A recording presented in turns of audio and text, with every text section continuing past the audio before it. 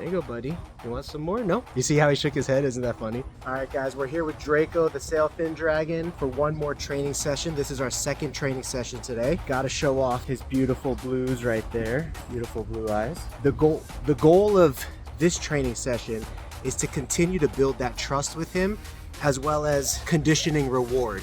So if we can teach him that he's going to get a reward for being out here and being with us, that's going to help us train him quicker and train him more. I'm actually going to give him an arm to climb up. Watch this.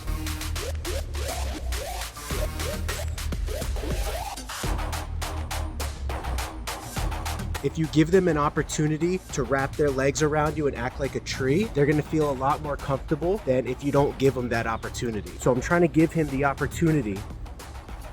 See, I'm trying to give him the opportunity to pretend like I'm a tree. All right, first let's try banana, because we know Sailfin Dragons love banana. A little bit of my blood on there from him scratching me. Now he does have really sharp teeth, even though he's an omnivore. I think that sharp teeth is really used for cutting open fruit and stuff like that. So I'm trying really hard not to get bit here. Let him smell it, let him lick it. I'm trying not to look at him in the eye, not to threaten him. Maybe rub him on the jaw a little bit. Man, his eyes are so beautiful though.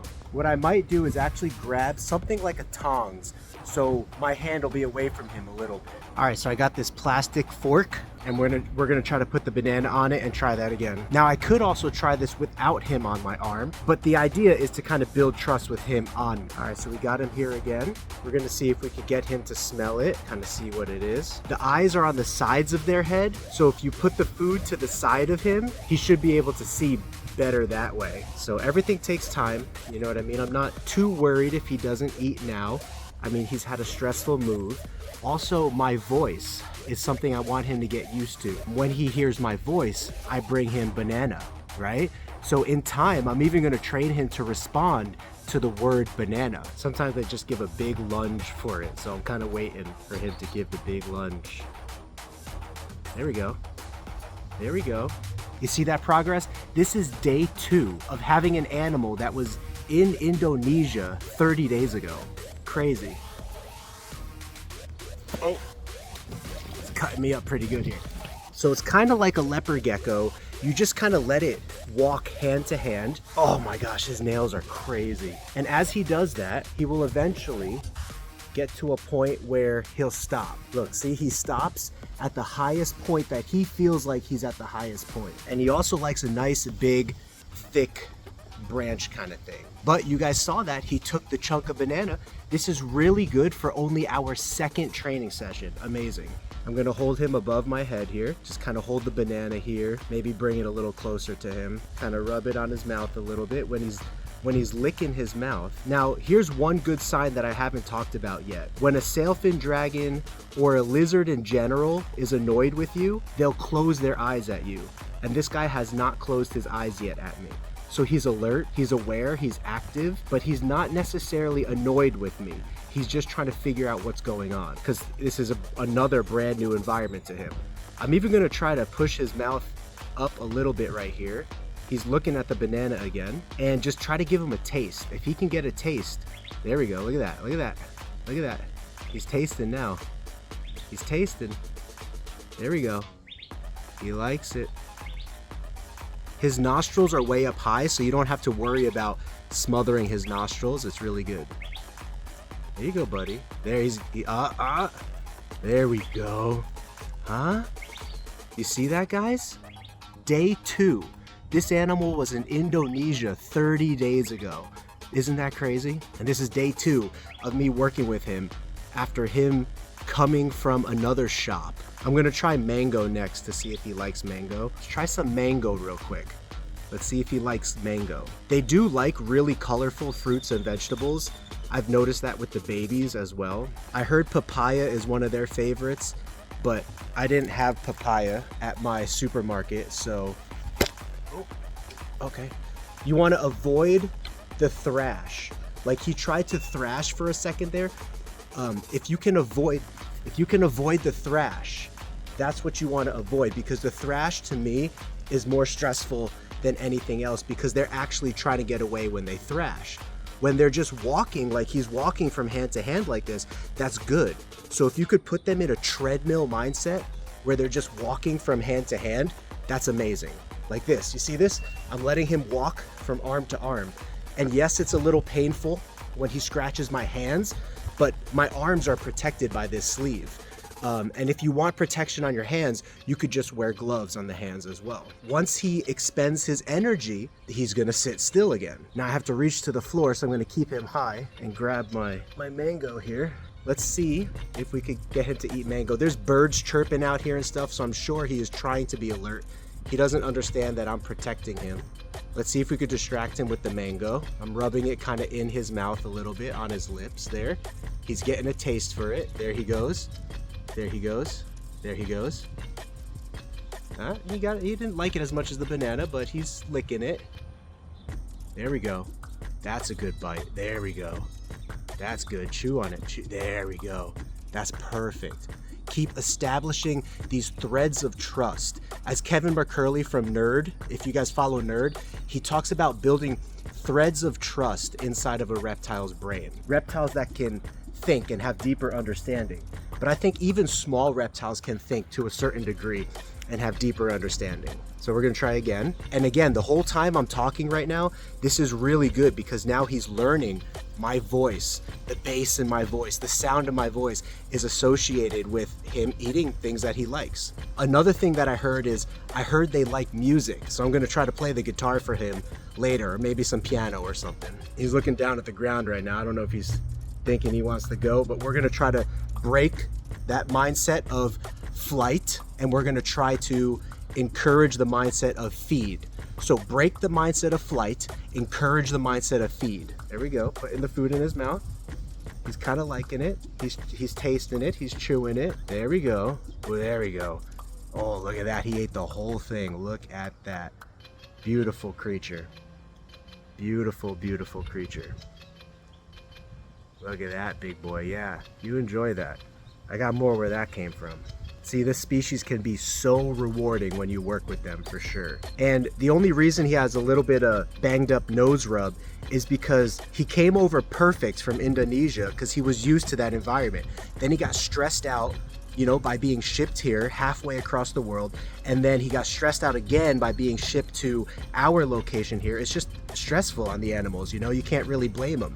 But if you raise these animals in captivity, they should not have that nose rub. I've seen plenty of them raised in captivity and they're just used to their environment, so they don't freak out. He seemed to like the mango, so we're gonna try to encourage more mango bites. Here you go, buddy, got more if you want. It's up to you. I like when they just take a big bite. They're just like, it's crazy. There you go, buddy. You want some more? No? You see how he shook his head? Isn't that funny? He's probably just trying to shake like something off his face, but it's almost like he's saying no. I'm gonna act like he's saying no.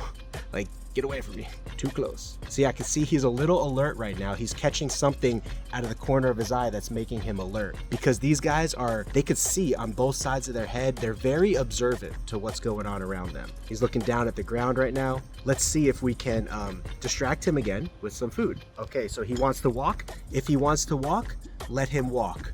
Let him walk. Don't let him thrash. Let him walk. Don't let him thrash. There we go, look at that. Now he got to a spot that he's really comfortable at, except my arm is really, really sore from holding him up here for 15 minutes. But look at this. We'll take a minute to show off this impressive animal here. I'm gonna try not to get high. Man, if I go any longer with this training session, I might not have much hands left. Look at that. Look at this impressive boy. He's probably 3.5, 4 feet. Just a massive, massive dude. I'm gonna need Jacob, I'm getting a shoulder workout right now. Like crazy. I've had him like this for 15 minutes, just like that. Jacked on that one side. Yeah, how's it going? Grab one that looks like a floor towel. They usually have the fringes near the edges, you know what I mean? I have to switch arms here, guys, like I really do. As well as he's, oh, sorry buddy. As well as he's reacting to that one arm, I can't, okay. If he does that, I could probably, now the sun's coming out a little bit more again too, so this is good. I also want to give him a bath. So I'm going to take a minute to give him a bath, and then I'm going to switch arms and try the feeding again. He doesn't want to take a bath, he just wants to sit on my shoulder. Pretty cool dude though. Oh, he's like straight on my back now. Okay, I'm in a very tricky situation here because I don't want him to jump to the floor. Okay, I got him to crawl on my hand, I think. I think I got his chest on my hand. Yeah. See that? There we go. Let's see if we could just get him to switch arms. There. I got him on my other arm now. Oh no, not back to the left, bud. Stay on the right. Stay on the right. My left needs a break. Now I don't necessarily like him like this because he's kind of in jumping position. He could easily jump off from here. But if I don't feel like sometimes you could feel them tense up like they're gonna jump. But if I don't feel that, I'll let him sit here. My hand's getting all scratched up here. I'll just let him sit there. I'll see if I can encourage him to eat more mango. He's got his mouth open. While his mouth is open, let's try to get the food in there. Sometimes they open their mouth, not necessarily as a sign of threat, but just like just licking their jaws, just resetting their lips and all that. He's looking at it, he's sensing it. There you go, bud, this is mango. You like mango? Or you want banana? He's not gonna know the difference between mango and banana right now, but in the future, I would like to try to train him to know the difference. All right, so we're gonna try just a little bit here. See, he kind of gave the little head shake. He might not want it. So I'm gonna try banana one more time. And if he wants the banana, good. If he doesn't want the banana, we'll end our training session there for today. He's got his mouth open a little bit. His banana, bud. That banana, get him. While his mouth is open, get him to taste this with his, his tongue and all that kind of stuff. That's really good. I'm kind of pushing on his mouth a little bit to try to get him to taste it. And he might not want any more, so I'm not trying to be too forceful here. He knows where it's at. He knows it's in front of him right now. Kind of shook his head again. You see that? I think this is a good start for today though. Even if he doesn't take any more, I'm fine with that. I don't want to be too forceful either, because again, we want to establish these threads of trust. Here's what I'm gonna do. I got this little bath of water made out for him. I don't like lording over him in the bath of water, so I'm gonna get down really close to him and just kind of wash him, let him swim a little bit, then we're gonna bring him back inside, and that'll be the end of day 2, how to train your dragon. I think it was a success, for sure. See, I try to put him in and he crawls to my shoulder, but it's really dry out here in Arizona, and because he's not super comfortable in his new cage yet, I wanna make sure he's getting the opportunity to stay well hydrated in this big water bin while I take him out daily.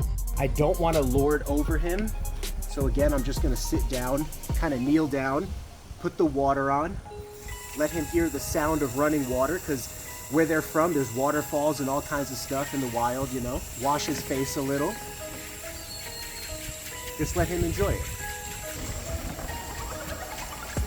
This is also a good opportunity to wash off any bacteria or pus that might be building up around the injuries on his mouth.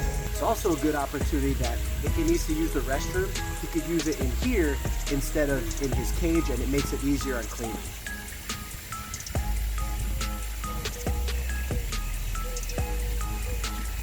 All right, guys, well, that's How to Train Your Dragon Part 2. Stay around for Part 3 and Part 4. This is literally day 1, Part 2. So every single day, I'm gonna train this guy and work on training him and share the experience with you. So until next time, my friends, stay safe, feed your reptile passion, and have a Geeky Gecko great day. Peace.